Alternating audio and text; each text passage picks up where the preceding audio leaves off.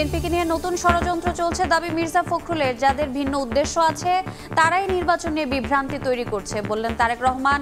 অপপ্রচারে কান্না দেওয়ার আহ্বান।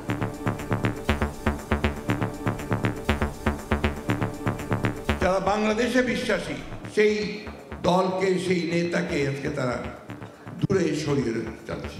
বাংলাদেশের মানুষ কোনোদিনই তাদের চক্রান্ত সফল হতে দেবে না। যারা জনগণের আদালতের রায়ের মুখোমুখি হতে ভয় পায় কিংবা যাদের ভিন্ন কোনো উদ্দেশ্য রয়েছে তারাই নির্বাচন অনুষ্ঠান নিয়ে নানা রকম বিভ্রান্তি সৃষ্টি করে। জনগণের প্রতি আহ্বান, আপনারা ধৈর্য হারাবেন না, নির্বাচনের জন্য মানসিক প্রস্তুতি নিতে থাকুন। নতুন বছরের লক্ষ্য হত্যার বিচার, সংস্কার ও নির্বাচন জানালেন উপদেষ্টা। বেঁধে দেওয়া সময়ের মধ্যেই জুলাই অভ্যুত্থানের ঘোষণাপত্র দেওয়ার আশা। বাংলাদেশের জনগণের একটা প্রোক্লেমেশন হোক, ড্রাফটিং এর প্রক্রিয়ায় আমরা যাব। আমি মনে করি যে 14 দিনের মধ্যে আমরা অবশ্যই বিষয়টা ইতিবাচকভাবে দেখব। দেখছিলেন প্রধান শিরোনাম। রাত 11টার সময়ের সঙ্গে আছি আমি রোজা চৌধুরী। এবার অন্যান্য শীর্ষ সংবাদ। বছরের প্রথম দিনে পুলিশ প্রশাসনে বড় রদবদল। বাধ্যতামূলক অবসরে অতিরিক্ত 3 আইজিপি বদলি ও পদায়ন হলো 65 জনের। সারদায় 8 এসআইকে অব্যাহতি। এবার দুদকের জালে সাবেক আইনমন্ত্রী আনিসুল হক। 150 কোটি টাকার অবৈধ সম্পদ অর্জনের অভিযোগে মামলা। 24 এমপি মন্ত্রীর দ্বৈত নাগরিকত্বের খোঁজ পেতে চিঠি।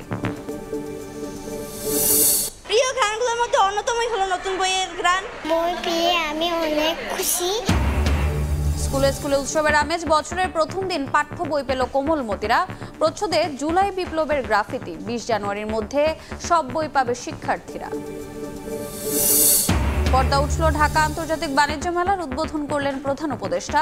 প্রথম দিনে ক্রেতা উপস্থিতি কম থাকলেও আগামীতে ভালো বিক্রির প্রত্যাশা ব্যবসায়ীদের।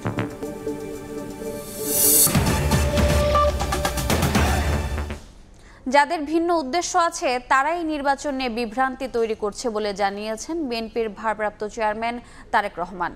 ধৈর্য না হারিয়ে জনগণকে মানসিকভাবে ভোটের প্রস্তুতি নেওয়ার আহ্বান জানিয়েছেন তিনি। এদিকে শীর্ষ নেতাদের দূরে রাখার পাশাপাশি বিএনপিকে নিয়ে নতুন করে ষড়যন্ত্র চলছে বলে জানিয়েছেন দলের মহাসচিব মির্জা ফখরুল ইসলাম আলমগীর। 1979 সালে জাতীয়তাবাদী ছাত্রদল গঠন করেছিলেন বিএনপির প্রতিষ্ঠাতা সাবেক রাষ্ট্রপতি জিয়াউর রহমান। সংগঠনটির 46তম প্রতিষ্ঠাবার্ষিকী উপলক্ষে রাজধানীর ইঞ্জিনিয়ারিং ইনস্টিটিউশন মিলনায়তনে আয়োজন করা হয় আলোচনা সভার। আলোচকরা গণঅভ্যুত্থানে ছাত্রদলের ভূমিকা স্মরণ করে দিক নির্দেশনামূলক বক্তব্য রাখেন। এ সময় বেশ কয়েকজন বক্তার মুখে ফুটে ওঠে প্রতিবাদ। বৈষম্য বিরোধী ছাত্র আন্দোলনের মার্চ ফর ইউনিটি কর্মসূচির সমালোচনা করেন তারা। তাহলে আজকে কেন নতুন করে আবার সেই ইউনিটির প্রশ্ন আসে? অত্যন্ত দুঃখের বিষয়। কাকে আজকে ইউনিটির নামে যারা ষড়যন্ত্র এখনো দেশের বিরুদ্ধে করে যাচ্ছে তাদের জন্য কি কোনো সহায়ক নয়? সভায় বিএনপি মহাসচিব অভিযোগ করেন নতুন করে আবারও ষড়যন্ত্র হচ্ছে। বিএনপির শীর্ষ নেতাদের দূরে রাখতে দেশি বিদেশি চক্রান্ত অব্যাহত রয়েছে বলেও দাবি করেন তিনি। যে সংকট সৃষ্টি হয়েছে এই সংকট একমাত্র সমাধান হতে পারে একটা সকলের কাছে গ্রহণযোগ্য নির্বাচনের মধ্য দিয়ে। বাংলাদেশে আবার সেই চক্রান্তের খেলা শুরু হয়েছে। যারা বাংলাদেশে বিশ্বাসী, যারা জোর গলায় বলতে পারে সবার আগে বাংলাদেশ, সেই দলকে, সেই নেতাকে আজকে তারা দূরে সরিয়ে যাচ্ছে। বাংলাদেশের মানুষ কোনোদিনই তাদের চক্রান্ত সফল হতে দেবে না। প্রধান অতিথির বক্তব্যে দলের ভারপ্রাপ্ত চেয়ারম্যান তারেক রহমান সংস্কার ও নির্বাচন নিয়ে যারা কূটকৌশল করছে তাদের বিরুদ্ধে সবাইকে সজাগ থাকার আহ্বান জানান। বলেন সংস্কারের আড়ালে জনগণের দুর্দশা চাপা পড়লে অভ্যুত্থানের স্পিরিট ভেস্তে যাবে, মানুষের মধ্যে ক্ষোভ বাড়বে।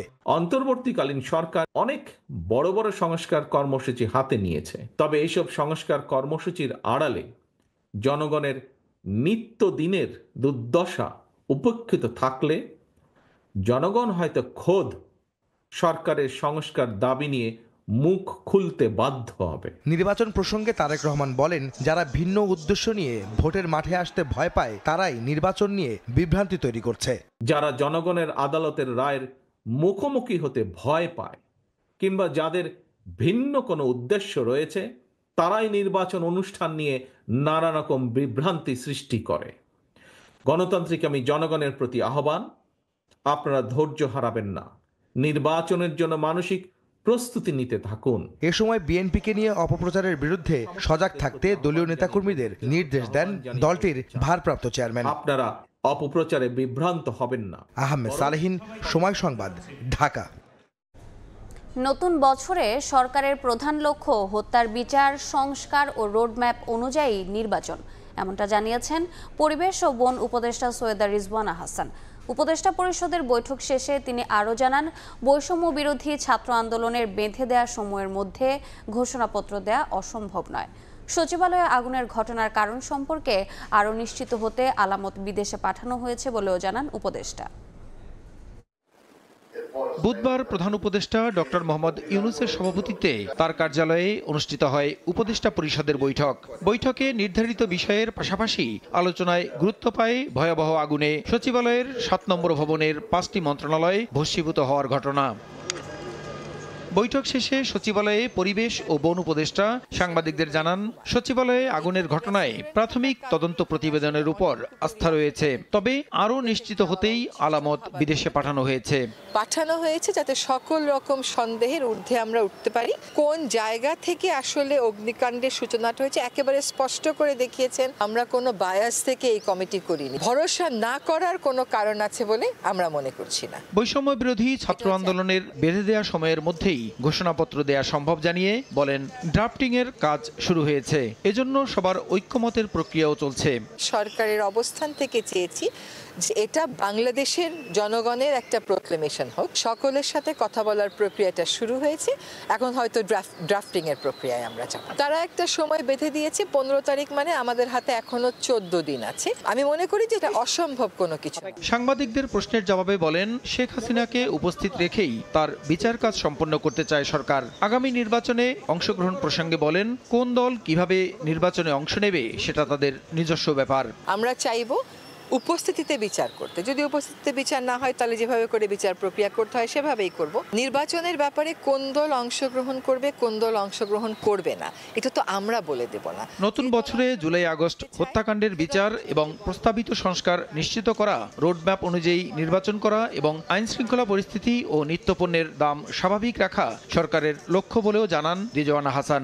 নির্বাচনের একটা ক্লিয়ার রোডম্যাপ ডেভেলপ করা। প্রসূন আশিস, সময় সংবাদ, ঢাকা। অন্তর্বর্তী সরকারের সময়ে আবারও রদবদল হলো পুলিশের বিভিন্ন পদে। এবার বাধ্যতামূলক অবসরে পাঠানো হয়েছে অতিরিক্ত 3 আইপিকে, আর বদলি ও পদায়ন করা হয়েছে 65 জনকে। বছরের প্রথম দিন উপমহাপরিদর্শক, অতিরিক্ত উপমহাপরিদর্শক ও পুলিশ সুপার পদের 65 কর্মকর্তাকে বদলির প্রজ্ঞাপন প্রকাশ করেছে স্বরাষ্ট্র মন্ত্রণালয়। তাদের মধ্যে পুলিশ সদর দপ্তরের ডিআইজি আমিনুল ইসলামকে, পুলিশ টেলিকমে হাইওয়ে পুলিশের ডিআইজি মাহফুজুর রহমানকে, পুলিশ সদর দপ্তরে এপিবিএন এর ডিআইজি আবুল বাশার তালুকদারকে সিআইডিতে বদলি করা হয়েছে। পৃথক প্রজ্ঞাপনে অতিরিক্ত আইজিপি পদমর্যাদার 3 কর্মকর্তাকে অবসরে পাঠানো হয়েছে। এই 3 কর্মকর্তারা হলেন অতিরিক্ত আইজি মল্লিক খয়রুল ইসলাম, ওআইএম বেলালুর রহমান ও সেলিম মোহাম্মদ জাহাঙ্গীর। এদিকে রাজশাহীতে সারদা পুলিশ একাডেমির শিক্ষানবিশ 8 এসআইকেও অব্যাহতি দেওয়া হয়েছে। এবার দুদকের জালে সাবেক আইনমন্ত্রী আনিসুল হক, তার বিরুদ্ধে 150 কোটি টাকার অবৈধ সম্পদ অর্জন ও 665 কোটি টাকার অস্বাভাবিক লেনদেনের অভিযোগে মামলা করেছে সংস্থাটি। এদিকে 24 এমপি মন্ত্রীর দ্বৈত নাগরিকত্বের খোঁজ পেতে চিঠি বিভিন্ন দপ্তরে পাঠিয়েছে দুদক। যে কোনো সেবা নিতে প্রতিনিয়ত দুর্নীতির শিকার হচ্ছে মানুষ। এই প্রথা ভাঙতে প্রতিদিনই অভিযান চালিয়ে যাচ্ছে আব্দুল মমিনের নেতৃত্বাধীন দুদকের নতুন কমিশন। বুধবার রাজুকে অভিযান চালায় দুর্নীতি দমন কমিশন। এ সময় মেলে ফাইল গায়েব সহ নানা অসঙ্গতির প্রমাণ।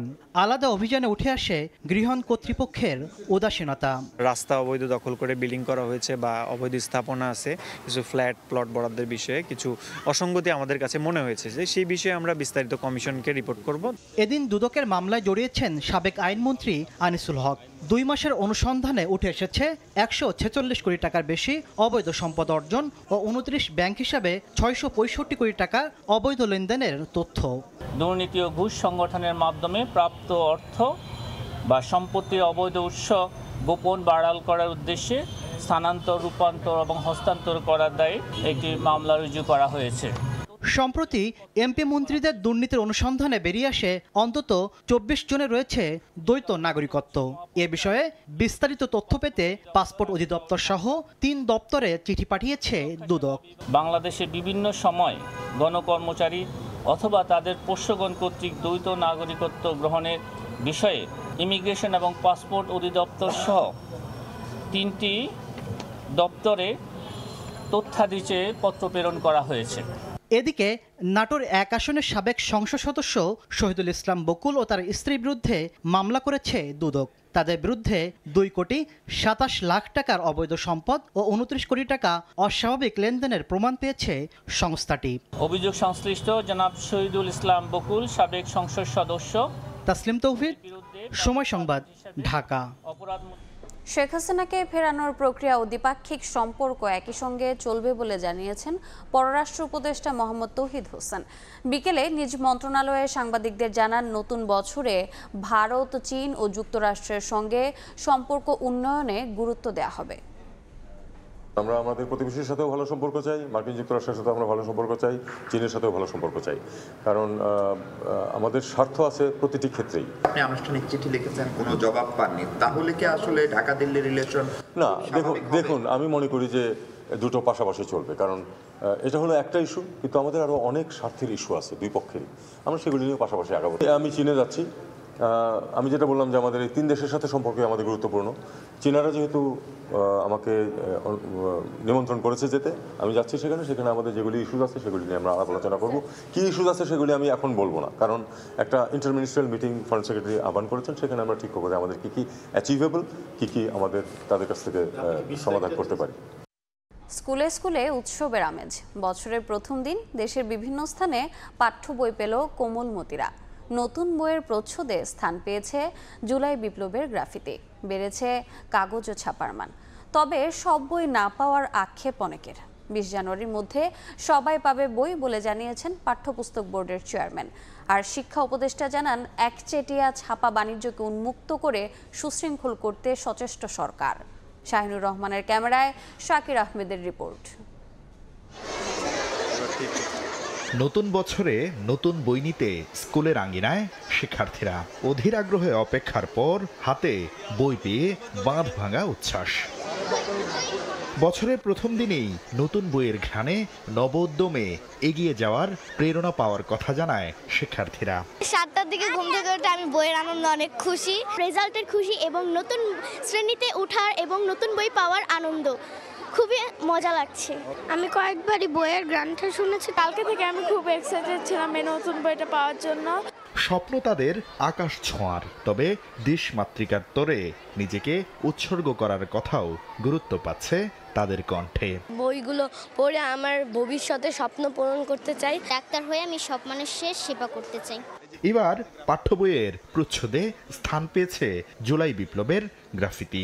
শিক্ষার্থীদের নেতৃত্বে এই অর্জনের চিহ্ন স্থান পাওয়ায় খুশি শিক্ষক ও অভিভাবকরা। আমরা তোমাদেরকে ভুলবো না, এটার মধ্যে আবু সাঈদের মুগ্ধর ছবি আছে, এটা দিয়ে আমরা খুব মজা পেয়েছি। জুলাই বিপ্লবের ইতিহাস, ঐতিহ্য অথবা গ্রাফিতি আমাদের বইতে আছে, এটা আমাদের জন্য অত্যন্ত ইতিবাচক দিক। গত কয়েক বছর নিম্নমানের বই নিয়ে সমালোচনা হলেও এবার বইয়ের কাগজ ও ছাপার মান নিয়ে সন্তুষ্ট অভিভাবকরা। বইয়ের মানটা এতটা ভালো হয়েছে এবং কি পেন্টিংটা অনেক সুন্দর হয়েছে, স্পষ্ট হয়েছে। আগের বছর যেটা ছিল অক্ষরগুলো দেখা যাইতো না, অস্পষ্ট হতো, এবার কিন্তু ক্লিয়ার, দেখেন বইটা একদম ক্লিয়ার। তবে বছরের প্রথম দিনেই ফুল সেট বই না পাওয়ায় অনেক শিক্ষার্থী ও অভিভাবকের আছে আক্ষেপও। 6টা বই পেয়েছি, বাট আরও কিছু বই আছে যেগুলো আমাদেরকে পরে দেওয়া হবে হয়তো। প্রথম 3টা বই পেলো, এখনো বাকিটা পাই নাই, এখন দেখি কি হয়। তবে জানুয়ারির মধ্যেই সব শ্রেণীর বই দেয়া হবে বলে জানান জাতীয় শিক্ষাক্রম ও পাঠ্যপুস্তক বোর্ড এনসিটিবির চেয়ারম্যান। জানুয়ারির 5 তারিখের মধ্যে প্রাথমিকের বাকি সকল বই, 20 তারিখের মধ্যে সকল বই যাবে। এদিকে মুদ্রণ শিল্পের ব্যবসায়ীদের সঙ্গে মিলে শিক্ষা মন্ত্রণালয়ের যেসব কর্মকর্তা দুর্নীতি করেছে তাদের বিরুদ্ধে অনুসন্ধানের জন্য দুদককে বলা হবে বলে জানান শিক্ষা উপদেষ্টা। বই ছাপার একচেটিয়া ব্যবসা সেটা কমিয়ে আরো উন্মুক্ত করব। আমাদের মন্ত্রণালয়ে যে দুর্নীতি হচ্ছে তার জন্য আমরা দুদককে বলবো। এবার প্রাথমিক ও মাধ্যমিকের 441টি বই পরিমার্জন করা হয়েছে, আর 40 কোটিরও বেশি বই ছাপাচ্ছে সরকার। বছরের প্রথম দিন নতুন বই হাতে পেয়ে শিক্ষার্থীদের মধ্যে যে উৎসাহ আর উদ্দীপনা কাজ করছে তা যেন সারা বছর অব্যাহত থাকে, এমনটি প্রত্যাশা করছেন শিক্ষক, শিক্ষার্থী ও অভিভাবক সহ সংশ্লিষ্ট সবাই। শাকির আহমেদ, সময় সংবাদ, ঢাকা।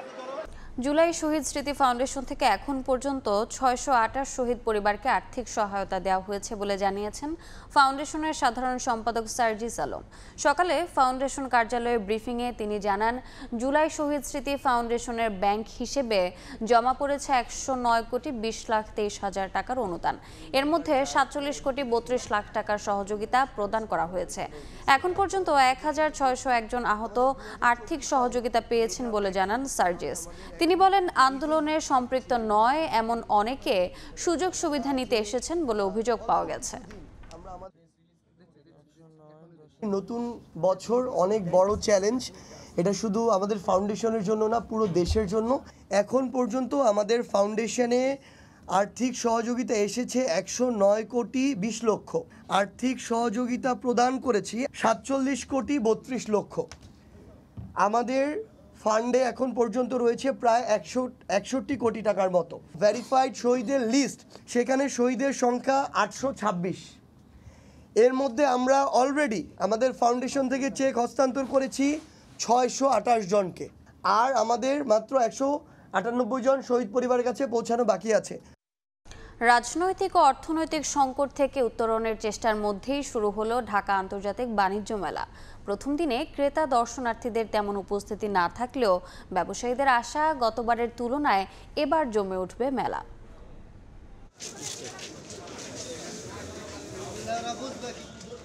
শুরুর দিনের ব্যস্ততা বাণিজ্য মেলার স্টলগুলোতে। স্টলের ভেতরে বাইরে পণ্যের প্রচার প্রসারের বিজ্ঞাপন, যাতে ক্রেতা আকৃষ্ট করতে তুলে ধরা হয়েছে নানা রকম অফার। রাজধানীর পূর্বাচলে 29তম আন্তর্জাতিক বাণিজ্য মেলার পর্দা ওঠে বুধবার সকালে। রাজনৈতিক ও অর্থনৈতিক সংকট উত্তরণের চ্যালেঞ্জের মধ্যেও এবারের আয়োজনে ভালো বিক্রির প্রত্যাশা ব্যবসায়ীদের। নির্বাচনের কারণে নির্দিষ্ট টাইমে শুরু হতে পারে নাই, গতবার আমাদের একটু বেচাকেনা কম হয়েছিল। আশা করি এবার যেহেতু অন টাইমে শুরু হচ্ছে, এবার আমাদের এক্সপেকটেশনটা অনেক হাই। আমাদের A to Z ফার্নিচার সব নতুন, বরাবরের মতো এবারও ছাড় রেখেছে, খুবই ভালো করবে ইনশাল্লাহ। এর আগেও আমরা মেলা থেকে বিদেশি অর্ডার আমরা পাইছি, এবারও আমরা ইনশাল্লাহ আশা করি ভালো অর্ডার নিতে পারবো। বছর এবং মেলার প্রথম দিনে ক্রেতা দর্শনার্থীদের উপস্থিতি খুব একটা না থাকলেও আয়োজনের ব্যাপকতা দেখে সন্তোষ প্রকাশ করেন তারা। আগের বছরের তুলনায় এবছর মোটামুটি আমার কাছে ভালো লাগছে, খুবই গোছানো লাগছে। পুলিশ এবং কি বিডিআর আনসার এখানে ভালোই আছে, নিরাপত্তা অনেক ভালোই আছে। এক্সপেন্সিভ জিনিসটাও রাখা আছে, আর যারা সাধারণ মধ্যবিত্ত ফ্যামিলি থেকে আসবে তারাও এখানে এনজয় করে যেতে পারবে। মাসব্যাপী মেলা প্রতিদিন সকাল 10টা থেকে চলবে রাত 9টা পর্যন্ত, আর সাপ্তাহিক ছুটির দিন খোলা থাকবে রাত 10টা পর্যন্ত। MS আরিফিন, সময় সংবাদ, ঢাকা। শিক্ষার্থীদের আন্দোলনের পর রাজশাহী বিশ্ববিদ্যালয়ের পোষ্য কোটা 4 থেকে কমিয়ে 1% করেছে প্রশাসন। এতে থাকছে না শিক্ষকের সন্তানদের কোটায় ভর্তির সুযোগ, তবে কোটা বহাল আছে সহায়ক ও সাধারণ কর্মচারীর সন্তানদের জন্য। এদিকে কোটা পুরোপুরি বাতিলের দাবিতে প্রশাসনকে আগামীকাল সকাল পর্যন্ত সময়সীমা দিয়েছেন আন্দোলনকারী শিক্ষার্থীরা। না মানলে প্রশাসনিক ভবনে তালা ঝুলিয়ে দেবেন তারা। শিক্ষার্থীদের টানা 1 মাসের আন্দোলনের মুখে অবশেষে কমল রাজশাহী বিশ্ববিদ্যালয়ে ভর্তিতে পোষ্য কোটার পরিমাণ। ভর্তি কমিটির জরুরি সভায় সিদ্ধান্ত হয়েছে 2024-25 শিক্ষাবর্ষে কোটা থাকবে 1%, সেটিও শুধু সহায়ক ও কর্মকর্তা কর্মচারীর সন্তানদের জন্য। বুধবার দুপুরে বিশ্ববিদ্যালয় সিনেট ভবনে হয় ভর্তি কমিটির সভা। এর প্রতিক্রিয়ায় রাত 8টার দিকে ক্যাম্পাসে পরিবহন মার্কেটে সংবাদ সম্মেলন করেন আন্দোলনরত শিক্ষার্থীরা। বহাল থাকা 1% কোটা প্রত্যাহার না করলে প্রশাসনিক ভবনে তালা ঝুলিয়ে দেওয়ার কর্মসূচি দিয়েছেন তারা। 3 দফা দাবি পূরণের সময়সীমা দিয়েছেন বৃহস্পতিবার সকাল 9টা 50 পর্যন্ত। 3টা দাবির আমাদেরকে সহযোগিতা করবে এবং এই 3টা দাবি আমাদের মেনে নেওয়ার প্রেক্ষিতে পরবর্তীতে বিশ্ববিদ্যালয় প্রশাসন খোলা হবে। বিশ্ববিদ্যালয় প্রশাসন বলছে মানবিক কারণে রাখা হয়েছে 1% কোটা। শিক্ষার্থীদের দেয়া কর্মসূচি প্রত্যাহারের আহ্বান জানিয়েছেন উপাচার্য। তারা এই প্রতিষ্ঠানের মধ্যে সবচেয়ে অবহেলিত আমি মনে করি আর কি। তো তাদের সন্তানদের পড়ালেখার একটু সুযোগ করে দেওয়ার ক্ষেত্রে আমি মনে করি এটি রাখা হয়েছে। সেটা আমার ধারণা যে 10 থেকে 15 জনের বেশি যাবে না। কোনো কিছু এক্সট্রিম পর্যায়ে যাওয়া ঠিক নয়। তারা যেটি করতে যাচ্ছে এটি মনে করি আমার কাছে বিবেচনা বলছে এটা চূড়ান্ত একটা পরিস্থিতি। বিশ্ববিদ্যালয়ের উপাচার্য প্রফেসর সালেহ হাসান নকিব সামাজিক যোগাযোগ মাধ্যম ফেসবুকে এক পোস্টে দাবি করেছেন, পোষ্য কোটা 1% করা নিয়ে কোনো ইস্যু হলে সেটি হবে অপচেষ্টা। মওদুদ রানা, সময় সংবাদ, রাজশাহী। কারো ব্যক্তিগত লক্ষ্য, আবার কারো চাওয়া দেশ আর জাতির কল্যাণ। বয়স আর ব্যক্তিভেদে গল্পগুলো ভিন্ন হলেও নতুন বছরে আবারও সবকিছু নতুন করে পাওয়ার প্রত্যাশায় সবাই। আশা 24-এ যে দাবিগুলোর মধ্যে দিয়ে এসেছে বড় পরিবর্তন, তার সবগুলোই বাস্তবায়ন হবে নতুন বছরে। নতুন বছরের প্রথম সূর্য, যদিও সব সূর্যই এক, কিন্তু দিন, মাস আর বছরের হিসেবে বিশ্বের বুকে হাজির হয়েছে আরও একটি বছর, নতুন করে পথ হাঁটার সংকল্প। বাংলাদেশের জন্য 2024 ছিল ঘটনাবহুল। ত্যাগ আর অর্জনের 24 পেরিয়ে অগাধ স্বপ্ন আর সম্ভাবনার নতুন বছর। তাই তো অধরা স্বপ্নকে ছোঁয়ার বাসনায় আবারও গল্প বোনার শুরু। আর ধরাধরি না থাকক, ওই ধরনের একটা বাংলাদেশ আমি চাই। সব যেন পূরণ হয়, মানুষের, জনগণের যেন সবকিছু পূরণ হয়, এটাই আশা। ধোয়া ওঠা চায়ের কাপে বছরের প্রথম সকাল আয়েশি ভঙ্গিতে শুরু হলেও নতুন দিনের লক্ষ্য যেন রঙিন বেলুনের মতো আকাশ ছোঁয়া। আশা করব নতুন বছরে যাতে সব প্রবলেমগুলো সলভ করে, শিক্ষা ব্যবস্থা উন্নত করে। অবশ্যই নতুন বছরে আমার প্রত্যাশা থাকবে যে আমরা সবাই যেন সুশৃঙ্খলভাবে, সুন্দরভাবে, শান্তিপূর্ণভাবে থাকতে পারি। আমরা আসলে নতুন একটা দেশ পেয়েছি। গেল বছরে চাপা পড়া ব্যক্তিগত স্বপ্নগুলো নতুন বছরে আবারও জেগে উঠছে। তাই তো আগামী দিনে সবটুকু দিয়ে পরিবার আর বান্ধব নিয়ে ভালো থাকার প্রত্যয়। ফ্যামিলি আমার জন্য অনেক কিছু করছে, যে নতুন বছর হিসেবে তাদের জন্য যে কিছু করতে পারি সেটা নিয়ে আমার প্রত্যাশা। পুরো বছরটা এতটুকুই প্রত্যাশা, জানি এই বছরের মতো ভালো রেজাল্ট হয়, আল্লাহ জানি সবাইকে বাঁচিয়ে রাখে। বিগত বছর জুড়ে আলোচনার কেন্দ্রে ছিল সংস্কার আর পরিবর্তন। সেই দাবি পূরণে প্রত্যাশার সঙ্গে প্রাপ্তির মিল ঘটাতে সাধারণের কণ্ঠে সবাইকে এগিয়ে আসার আহ্বান। সাধারণ মানুষ যেন ভালোভাবে বাঁচতে পারে, চলতে পারে, এই আশাবাদী সরকারের কাছে। আমরা চাই যে একটা নতুনত্ব আসুক, রাজনীতির মধ্যে একটা নতুনত্ব আসুক। সবকিছু মিলে আমাদের 25 সালটা আমি আশা করি ভালো হবে। নতুন বছরে 56,000 বর্গমাইলের এই দেশে নেমে আসুক শান্তি, সম্প্রীতি আর সৌহার্দ্য। ভালো থাকুক বাংলাদেশ, ভালো থাকুক 18 কোটি মানুষ। ক্যালেন্ডারের পাতা উল্টে নতুন বছরের গল্প বোনার শুরু। তবে পেরিয়ে আসা 2024 কোনোভাবেই ভুলে যাবার মতো বছর নয়। তাই তো সাধারণ মানুষের প্রত্যাশা, বিগত দিনে ত্যাগ আর অর্জনের যেই গল্প জমা হয়েছে, সেই গল্পের শক্তিকে পুঁজি করে সামনে এগিয়ে যাবে প্রিয় দেশ। মামুনুর রশিদ পনেল, সময় সংবাদ, ঢাকা। নতুন বছরের প্রথম দিনই সুখবর এলো প্রবাসী আয়। গেল ডিসেম্বরে দেশে রেমিটেন্স এসেছে $263 কোটি 90 লাখ, যা 2023 সালের একই সময়ের তুলনায় 35% বেশি। একই সঙ্গে গেল 5 অর্থ বছরের মধ্যে সর্বোচ্চ। বিকেলে কেন্দ্রীয় ব্যাংকের মুখপাত্র জানান, 2023 সালের ডিসেম্বরে রেমিটেন্স এসেছিল $199 কোটি। এর আগে 2020 সালের জুলাই মাসে রেকর্ড $259 কোটি রেমিটেন্স এসেছিল। এদিকে চলতি অর্থ বছরের জুলাই থেকে ডিসেম্বর সময়ে রেমিটেন্স এসেছে $1,377 কোটি, যা গেল অর্থ বছরের একই সময়ের তুলনায় 27.5% বেশি। এতক্ষণ দেখছিলেন দেশ বিদেশের খবর।